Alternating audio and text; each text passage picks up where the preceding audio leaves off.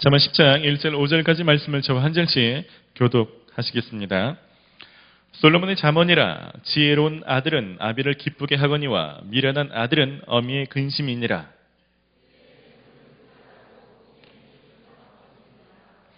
여호와께서 의인의 영혼은 주르지 않게 하시나 악인의 소욕은 물리치시느니라.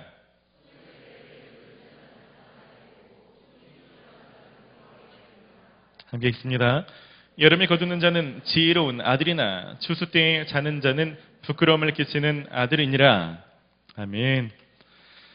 자, 여기 있으면 인사 한번 합시다. 지혜로운 사람이 되십시오. 특별히 지혜가 많이 필요하신 분들은 세게 얘기해 주십시오.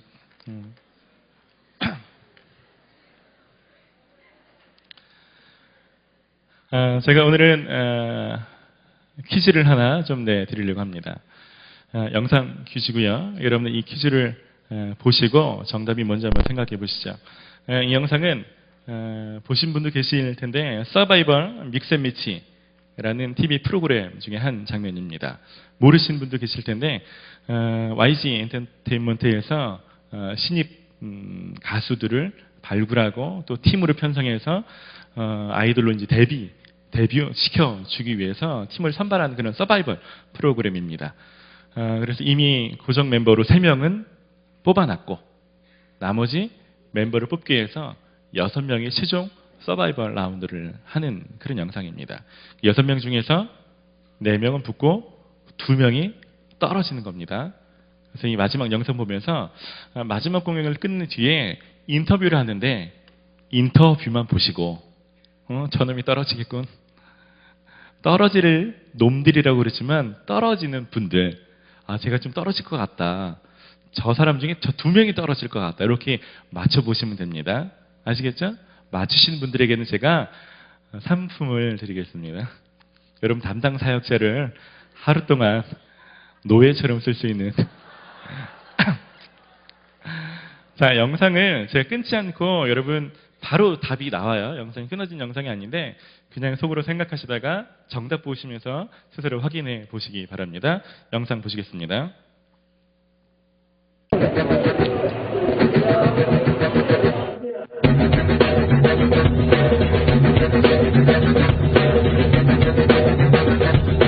마지막 춤 동작이 아크로바틱인데 리허설 때는 좀 잘해야지 이런 생각이 되게 많았는데 쉽지만은 않더라고요.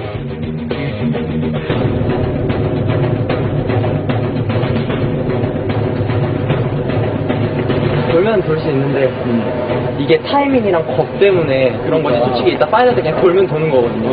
뭐 떨어진 건 말고 떨어지면 그냥 떨어져 다시 앉으면 되는 거고. 너무 고생했고 참 힘들었을 텐데 열심히 노력하고 막 더 잘하려고 하는 그 마음 자체가 되게 고맙고 솔직히 잘 모르겠을 때 가슴에 손 얹고 말했어요. 진짜 열심히.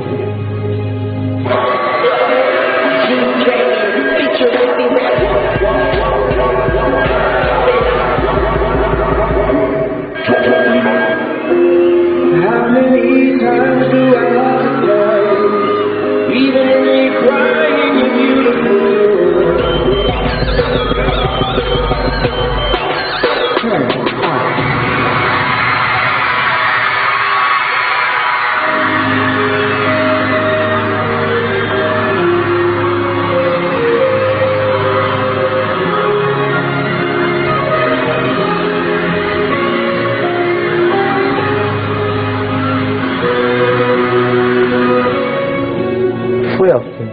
진짜 후회 없고 후련하고 그동안 쌓여왔던 불안감들과 힘든 그런 여경들이 진짜 춤이 딱 끝났을 때 이게 한 번에 훅 날아가는 느낌?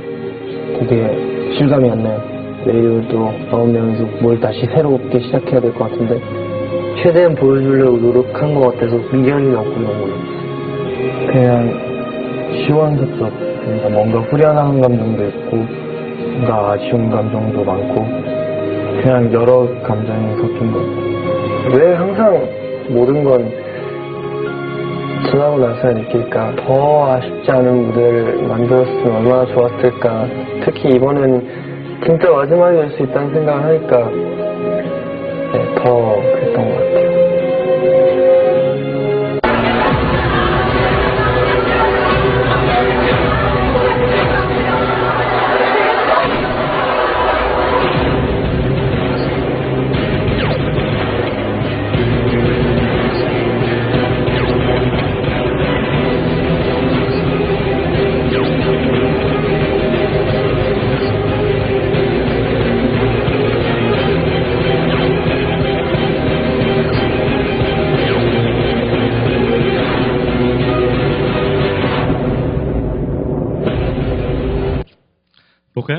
정답 맞추신 분. 마지막에 5번, 6번이 떨어지는 거예요. 정답 맞추신 분 손 들어보세요. 높이. 오. 담당 사역자 찾아가세요. 담당 사역자 찾아가시면 돼요. 저는 이 짧은 영상 보면서 좀 몇 가지 이렇게 생각하게 되더라고요. 여러분, 떨어진 사람의 특징이 뭡니까? 네? 뭐라고요? 몇 교구니 너? 네, 정확한 인터뷰 내용으로는 아쉬움이 많이 남는다라는 단어를 쓰더라고요. 그래서 정진영이라는 친구가 아쉬움이 많이 남는다. 그리고 마지막에 양홍석이라는 친구도 아쉬움이 많이 남는다. 왜 모든 일이 항상 지나고 나서야 생각이 들까? 왜 깨달아질까? 진짜 아쉽다. 이런 말을 많이 하죠. 떨어지지 않는 사람의 특징이 뭡니까? 네, 후회 없다. 그렇죠? 김동혁이라는 친구가 아크로바틱 하다가 결국엔 다리가 삐끗하긴 했어요. 근데 그럼에도 불구하고 자기는 후회가 없대요. 전혀 후회가 없대요. 푹 날아간 것 같다고 그러죠. 그리고 마지막에 했던 정찬우 군이라는 친구도 자기는 미련이 없대요. 정말 남은 게 하나도 없다라고 말하는 거 보면서 제가 제 삶에서 몇 가지 이렇게 돌아보게 되더라고요. 결과의 차이가 뭘까? 결국에는 의도의 차이가 아니라 태도의 차이구나. 의도가 좋지 않은 사람이 어디 있습니까? 잘해보고자 하고 뭐 성공하고 싶고 의도가 차이는 거의 없습니다. 대부분 다 잘하고 싶고 성실하게 해보고 싶은데 실제는 그 마음만 있는 사람과 그 마음이 실제로 남들이 쉴 때도 조금 더 연습하고 정말 귀찮고 쉬고 싶지만 악착같이 조금 더 해내는 그런 태도가 있는 사람이 결국 결과의 차이를 만드는구나라는 생각을 해보게 됐습니다. 그러면서 그런 생각이 들더라고요. 누가 저한테 인터뷰를 하면 나는 뭐라고 대답할까? 2014년 11월이 지나가고 있습니다. 다행인 것은 아직 한 달이 남았어요. 할렐루야. 한 달이 남았는데 만약에 올해 어떻게 사셨는지 소감을 말해달라고 그러면 저는 뭐라고 말할까? 2014년도 좀 진짜 아쉽습니다. 조금만 열심히 해볼 걸 그랬습니다. 라는 대답을 할지 저는 정말 후회 없어요. 정말 2014년도 진짜 잘 살았어요. 뭐라고 대답할까 저는 생각해 봤습니다. 여러분에게 누가인가 이렇게 인터뷰를 하면 어떻게 대답하시겠습니까? 여러분 후회가 많이 남으세요? 아니면 후회가 없으십니까? 오늘은 좀 우리가 그런 시간 가졌으면 좋겠어요. 저도 이런 설교를 제가 신청해서 15년 있는데 이런 설교는 제가 자주 하지 않습니다. 전 주로 위로하고 격려하고 막 사랑, 배려, 온유 막 이런 성품이 제가 몸에 배어 있으니까 그런 설교를 주로 하는데 오늘 설교는 악착같이 일하라고 너 손 빨리 부지런히 일하라고 막 이런 설교인데 제가 좀 부담이 많았어요. 그래서 청년부의 여러 가지 상황과 또 연말에 여러 가지를 볼 때 좀 위로해 줘야 되는데 그런데 계속 하나님이 주신 부담이 있어서 제가 알겠습니다라는 마음 가지고 저한테 하실 메시지만이 아니고 이 몸을 향한 메시지라는 부담감 안에서 오늘 설교를 준비하게 됐습니다. 여러분 단지 마음만 새롭게 하지 마시고 오늘 태도를 새롭게 하시는 그런 시간 되시기를 바랍니다. 만약 이 일을 해내지 못하면 여러분들은 한 해가 지나가는데 끝까지 뭔가 잘 매듭지지 않은 채 완료시키지 않은 채 미완료 상태로 목표가 이루어지지 않는 상태로 지나가는 해가 많았죠. 올해도 그렇게 지나가면 이것이 몸에 습관이 되고 2015년도가 시작돼서 연초에 무슨 목표를 세워도 그게 무의식적으로 잘 되지 않을 거라는 그런 시스템이 작용하게 되죠. 그런 태도는 여러분 삶 전반에 걸쳐서 영향을 미치고 하나님 여러분을 이 땅에 보내실 때는 정말 멋진 존재를 지으셨고 보내셨는데 실제로 여러분들은 하나님만의 그런 성과를 내지 못한 채 그냥 그저 착한 마음만 가진 크리스천으로 살다 죽을 수 있는 거죠. 오늘은 그런 것들을 좀 같이 나누는 시간 갖기를 원합니다. 오늘 말씀은 누가 썼는지 정확하게 기록하고 있죠. 솔로몬의 잠언이라고 말씀하고 있습니다. 솔로몬이 이 앞장까지는 지혜에 대해서 말하면서 지혜의 핵심 중에 한 가지가 음란함에서 벗어나는 것, 음녀를 멀리하는 것에 대해서 아주 강조를 아주 많이 합니다. 그리고 오늘 본문은 크게 보면 세 가지로 딱 세 문장으로 정리할 수 있습니다. 그런 음녀에 대해서 경계하는 거 이제 한 단락이 지나가고 나서 오늘 10장만 놓고 보면 딱 세 문장입니다. 첫 번째, 지혜로운 아들이 되라. 다른 거 말고 어떤 많은 것을 가질지라도 그런 거 없어도 지혜로운 아들. 하나님을 경외하는 것이 지혜와 지식의 근본인데 하나님으로부터 오는 그런 지혜를 갖는 아들이 되라. 첫 번째 문장이고요. 두 번째, 지혜로운 아들은 누군가? 지혜로운 아들은 불의한 재물을 탐하지 않는다. 그래서 재물을 얻기 위해서 옳지 못한 방법을 쓰지 않는다. 그런 사람들은 하나님이 멀리 하신다.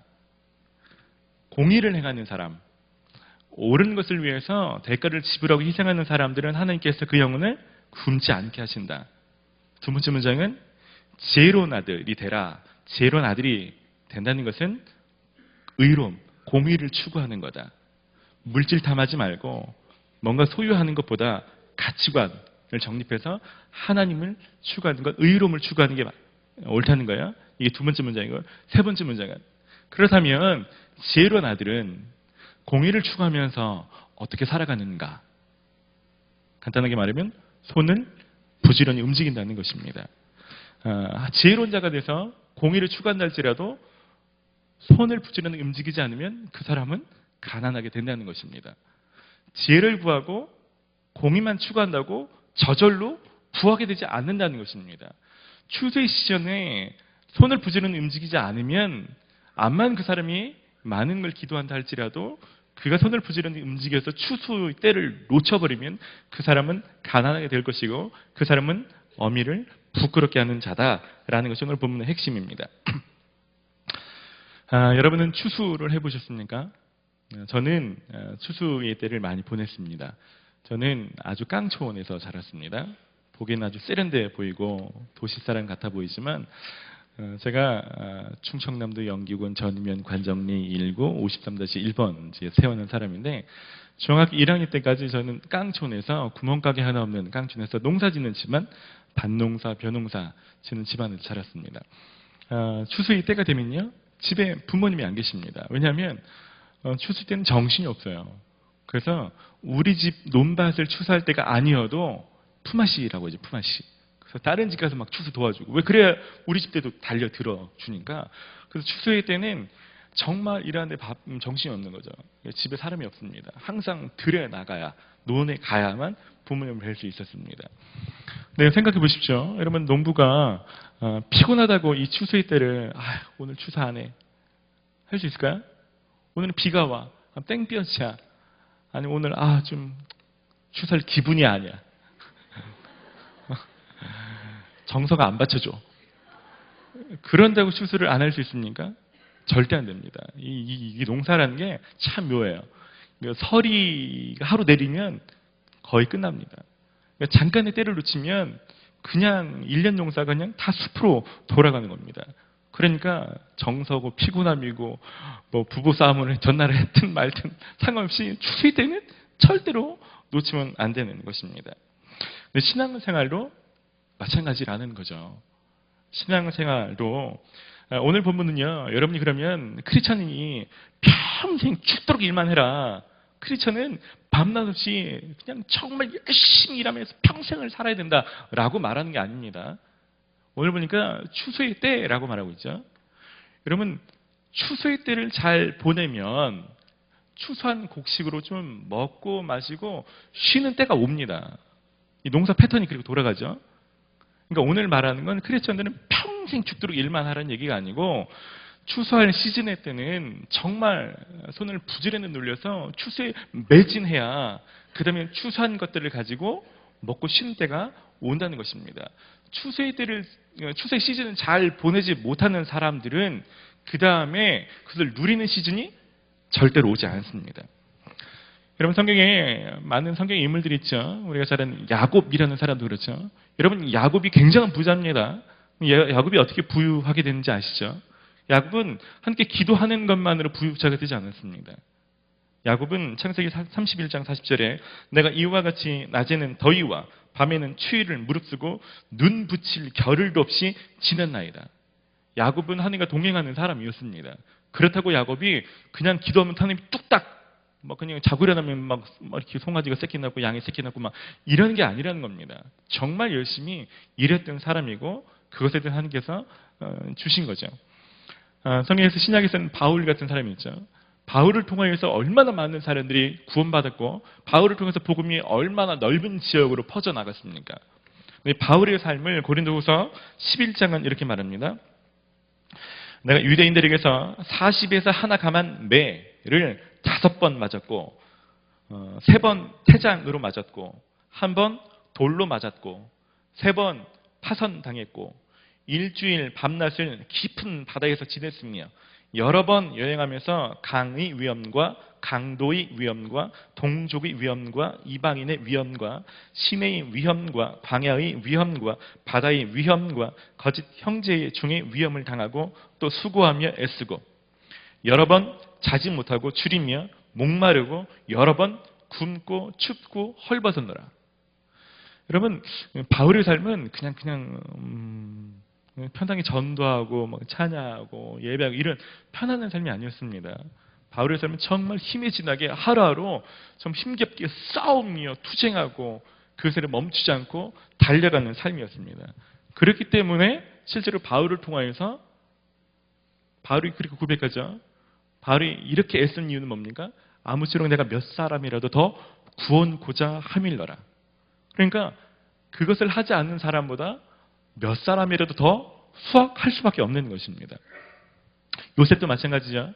그럼 요셉이 자꾸 승승장구하고 인정받은 것은 요셉이 기도만 했기 때문에 그러지 않습니다. 여러분 성경을 보면 요셉이 보디발의 집에 있을 때나 감옥에 있을 때나 자기에게 맡겨진 일을 누구보다 잘 해냈기 때문이죠. 그런 사람이고 그 안에 하나님의 인도하심도 있는 것이죠. 그러면 성경에서 말하는 하나님의 백성의 삶은 기도하면 하나님 쉽게 일해주는 그런 장밋빛 인생하고는 거리가 멉니다. 때는 그런 때도 있지만 어떤 때는 정말 고단과 역경 속에서 남들은 쉬고 먹고 마시고 쉴 때 쉬지 못하고 자지 못하고 치열하게 싸우거나 치열하게 하나님을 신뢰함으로 몸으로 부딪혀서 그 일을 해내는 실제적인 그런 삶을 말씀하고 있는 것입니다. 그래서 때로는 육신을 쳐서 복종케 하며 때로는 그 일들에 훈련하는 일들로 필요하다는 것입니다. 하나님은요, 여러분들이 입으로만 신앙생활 하는 것이 아니라 여러분들이 손과 발을 움직여서 열심히 뿌리고 열심히 수확하는 그런 삶을 살기를 원하십니다. 여러분은 추수가 끝난 시즌입니까? 아니면 추수의 시즌입니까? 아니면 아직 추수도 오지 않았고 씨를 뿌리고 김을 매는 시즌입니까? 여러분 TV를 보다가 천재들만 모아서 이렇게 EBS에서 방송을 한 적이 있습니다. 각 분야에서 천재들이라고 불리는 사람들만 모아서 그들의 특징을 연구한 그런 다중지능에 대한 그런 프로그램인데요. 거기에 천재 작곡가, 히트곡 제조기 이렇게 불리는 작곡가 윤일상 씨가 나와서 이런 말을 한 적이 있습니다. 정말 열심히 연습하고 훈련하는 사람은 내가 오늘 몇 시간 연습할지 그런 생각을 하지 않는답니다. 오늘은 피아노를 한 3시간 연습해야지, 오늘은 4시간 연습해야지 이런 생각을 절대 안 한답니다. 오히려 나 오늘이 몇 분 쉴까? 오늘 한 10분 쉴까? 몇 분 쉴까를 생각한대. 왜냐하면 연습은 그냥 눈 뜨면 계속 하는 거고 연습이 호흡이기 때문에 계속 연습하다가 쉴 때만 생각하지 계속 쉬다가 연습할 때를 생각하는 건 아니라는 것입니다. 그런데 요즘 자기 밑에서 수련하는 사람들이나 요즘 그런 훈련하는 사람들 있잖아요. 작곡가 지망생이든지 아니면 이렇게 하는 그런 사람들을 보면 자기가 볼 때는 너무 열심히 안 한대요. 근데 그들에게 부르면 정말 열심히 했대요. 그럼 자기가 꼭 이렇게 얘기해 준다고 합니다. 야, 열심히 하는 것도 수준이 다 달라. 근데 내가 볼 때 너는 그 수준이 참 낮은 것 같아. 그 말을 들으면서 여러 가지 생각이 들었습니다.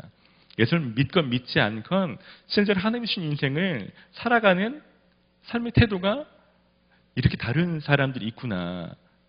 내가 하나님 안에서 하나님이 주신 인생을 낭비하지 않고 정말 잘 살아가고 있는가 보게 되는 거죠.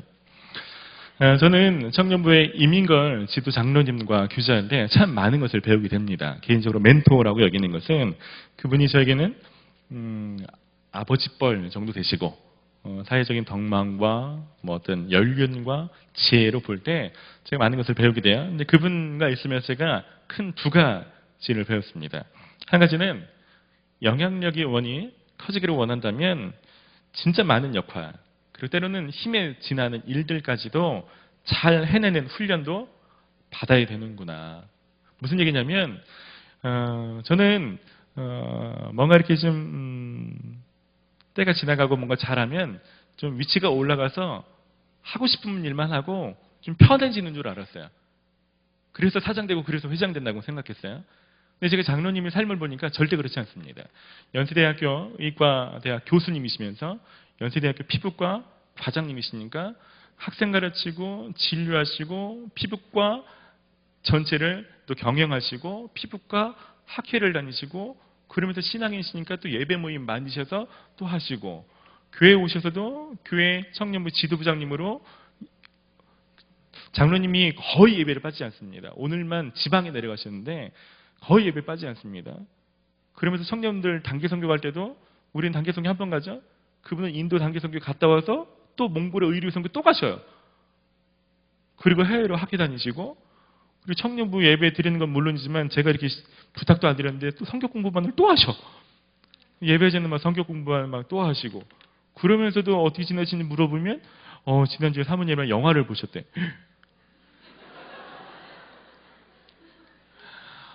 그러면서 목사님 이 책 보셨어요?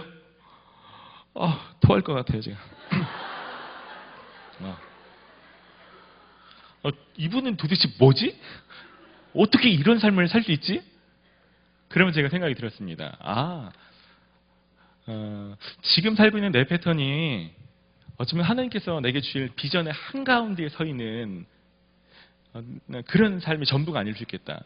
어쩌면 저도 장로님 같은 때가 올 수 있겠죠. 해외를 돌아다니면서 강의를 하고 또 부흥회를 하고 전도를 하고 지방을 왔다 갔다 하면서 잠 못 자고 쉬지 않고 많은 일들을 해야 되는 시즌도 오겠죠. 때로는 집에도 못 들어갈 때도 오겠고 그러면서 그 많은 역할을 펑크 내지 않으면서 잘 해내는 때가 여러분들은 믿지 않아도 저는 올 거라고 생각을 해요. 무슨 얘기냐면 갈수록 쉬워지는 게 아니고 내가 하나님 여기서 그만이야 라고 말하지 않고 하나님 저를 통해서 더 많은 사람들이 구원받기를 원하고 더 많은 사람들이 저를 통해서 살기를 원합니다 라고 제가 그런 걸 소망한다면 지금 패턴보다 더 많은 일들을 넉넉히 해낼 수 있는 그런 훈련도 내가 잘 받아야겠다. 그런 사람에게만 장로님 같은 시즌이 오는 거지 아무에게나 그런 어떤 기회가 오는 건 아니겠다라는 생각이 듭니다. 또 한 가지 장로님 통해서 제가 배우는 건 이런 겁니다. 하고 싶은 일을 하려면 하기 싫은 일을 제대로 해내는 시즌을 잘 거쳐야겠구나라는 것입니다. 무슨 얘기냐면 장로님들 주변에 의과대 학생들이 가끔 상담을 한답니다. 이렇게 묻죠. 교수님 정말 의과대 공부 너무 힘드니까 이게 제 적성이 아닌 것 같습니다. 장로님 기가 차신데요. 공부가 적성인 사람이 도대체 어딨냐. 공부가 적성이신 분 있습니까? 가끔 있을 수 있어요. 되게 이상하신 분 가끔 있는데 장로님이 볼 때는 자기들이 되게 뭐랄까 진지하게 고민을 이제 교수님한테 상의하는 건데 장로님은 그 시즌을 거치신 분이잖아요. 의과대학 그 생활을 거쳤고 정말 죽을 것 같은 인턴 레지던트 생활 잠 못 자고 이게 해가지고 하여튼 그런 때를 다 겪으셨으니까 그 질문이 장로님한테는 되게 웃길 수 있는 질문이에요. 그러면서 얘기하는 거죠. 하고 싶은 일을 마음껏 해내려면 하기 싫은 이 공부, 정말 힘에 겨운 인턴과 레지던트 때를 잘 보내면 그 다음에 하고 싶은 일을 마음껏 해낼 수 있는 시즌이 온다는 겁니다. 동의하세요? 하고 싶은 일만 하는 사람이 어디 있습니까?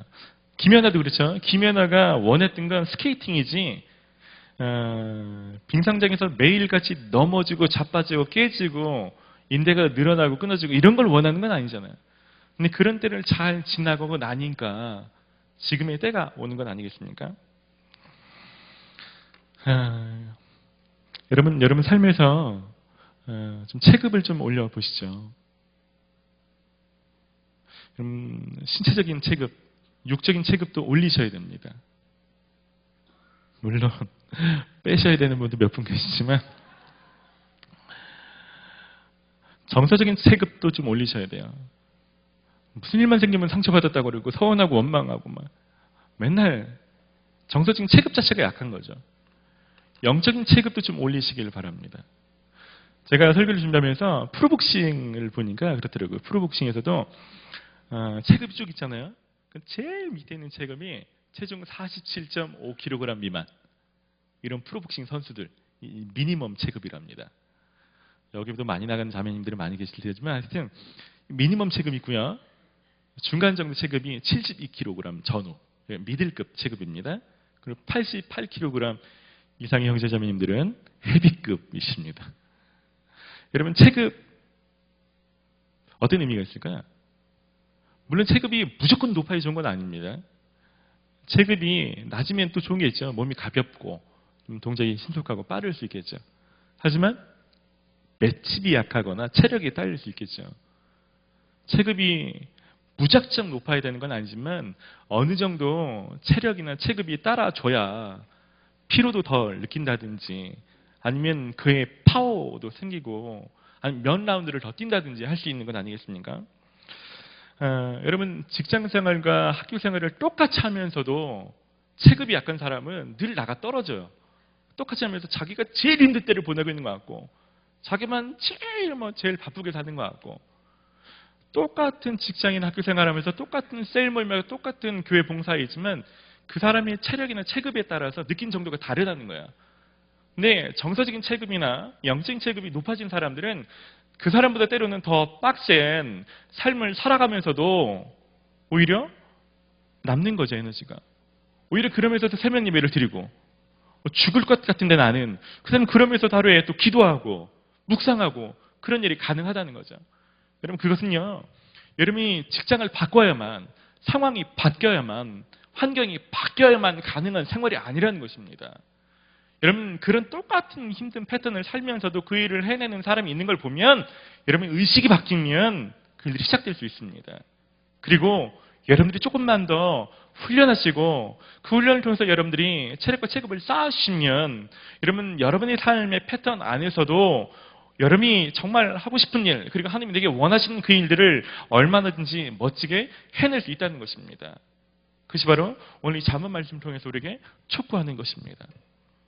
추수의 시즌 혹은 여러분들이 인생에서도 씨를 뿌리거나 아니면 추수를 해야 되는 청년의 시즌 때 눕고 싶고 자고 싶고 좀 더 졸고 싶겠지만 그렇게 보내는 사람들은 가난이 궁핍이 강두처럼 온다라고 성경은 말하고 있죠. 하지만 그때의 손을 부지런히 놀릴 때 그런 사람이 하나님 주신 부양을 누릴 수 있다는 것입니다. 말씀을 마무리하며 기도하는 시간을 가지려고 합니다. 저는 예배 드릴 때마다 또 신앙생활 할 때마다 예수님을 닮고 싶다라는 표현을 많이 씁니다. 저와 비슷한 기도를 하시는 분들 많이 있겠죠. 여러분 예수님을 닮는다는 건 예수님 사랑과 희생과 헌신과 그런 성품을 담는 것만이 아닙니다. 예수님이 열심히 일하시는 모습도 같이 닮아야 예수님을 닮는 거지. 그분의 성품만 담고 그분이 실제로 살아가시는 삶을 담지 못한다면 그는 잘못된 기독교가 되는 거죠. 여러분 예수님께서는 오늘 본문에 있는 것처럼 추수의 때에 게으른 자처럼 일해서 그의 부모를 부끄럽게 하는 그런 아들이 아니셨습니다. 여러분 마가복음 3장 20절에는 이렇게 기록합니다. 집에 들어가시니 무리가 다시 모임으로 식사할 겨를도 없는지라. 예수님의 삶은요. 때로는 식사할 정신이 없을 정도로 사람들이 몰려드는 거죠. 나 밥 먹어야 되니까 좀만 이따 오십시오. 이렇게 말을 쓰는 처지가 아니셨습니다. 그러면서 예수님 돌아가실 때 그렇게 얘기하시죠. 내게 주신 자 한 사람도 잃지 않았다고. 아버지께서 내게 하라 하신 일을 다 이루었다라고. 이렇게 기꺼이 말할 수 있는 분이셨습니다. 그분이 조금만 게으르셨다면 아마 그분의 구원의 역사가 완성되지 않았을 수 있고 그렇다면 아마 여러분들이 이 자리에 없을 수 있겠죠. 하나님도 마찬가지 아닙니까? 그분은 시편에 이스라엘 지키는 자는 졸지도 아니하시고 주무시지도 아니하신다라고 성경은 말합니다. 우리를 위해서 좋은 마음만 가지고 계신 그런 아버지가 아니라 실제로 자녀를 위해서 애쓰고 수고하시며 그 일을 해내시는 그런 분이십니다. 그분이 우리를 위해서 일해 오지 않았습니까? 그분이 또 우리를 위해서 일해 주실 줄 믿습니다. 혹시 출세 때 그렇게 힘을 내서 일하고 싶지만 혹시 힘이 빠지신 분이 있다면 그런 분들 좀 초청하고 싶습니다. 정말 하나님 의지함으로 나도 좀 잘해보고 싶은데 정말 힘에 너무 지나서 한동안 이렇게 주저앉아 있거나 한동안 그 게으름에 주저앉아 있을 수밖에 없던 사람들이 있다면 우리 주님 앞으로 좀 나아갑시다. 그럼 주님이 여러분들을 도우실 것입니다. 그분이 여러분들을 위해서 일해 주실 것입니다. 여러분들이 이때를 잘 보내시면 잘 보내셔야만 무엇인가 추수하겠죠. 이게 젊음의 때는 성적이고 성과하고 이런 거겠지만 시간이 지나고 나면 그게 결국은 영혼이라는 걸 알게 되는 때가 옵니다. 내가 조금만 더 그때를 잘 보냈으면 누군가 더 잘 구원해내고 누군가를 더 잘 도울 수 있는 사람이 되었을 텐데 여러분의 어떠한 부유함을 놓치는 건 괜찮겠죠. 근데 여러분들이 추수하지 못한 곡식이 영혼이고 사람이라면 나중엔 땅을 칠 때가 오지 않겠습니까? 하나님 앞에 나아가서 하나님 제가 추수의 때를 놓치지 않는 사람 되기를 소원합니다 라고 기도하시기를 원하고 그래서 하나님 주신 힘으로 말미암아 여러분 다만 몇 사람이라도 더 구원케 되는 많은 것으로 추수하고 그것으로 누리게 되는 그런 삶을 사시는 저와 여러분 되시길 주님의 이름으로 축원합니다. 우리 함께 좀 같이 기도할까요?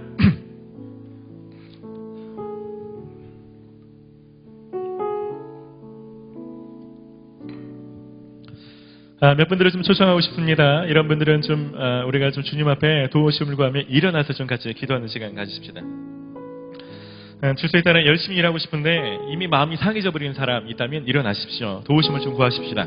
육신이 진짜 피곤함을 느끼신 분이 있다면 일어나십시오. 도우심을 구하십시다.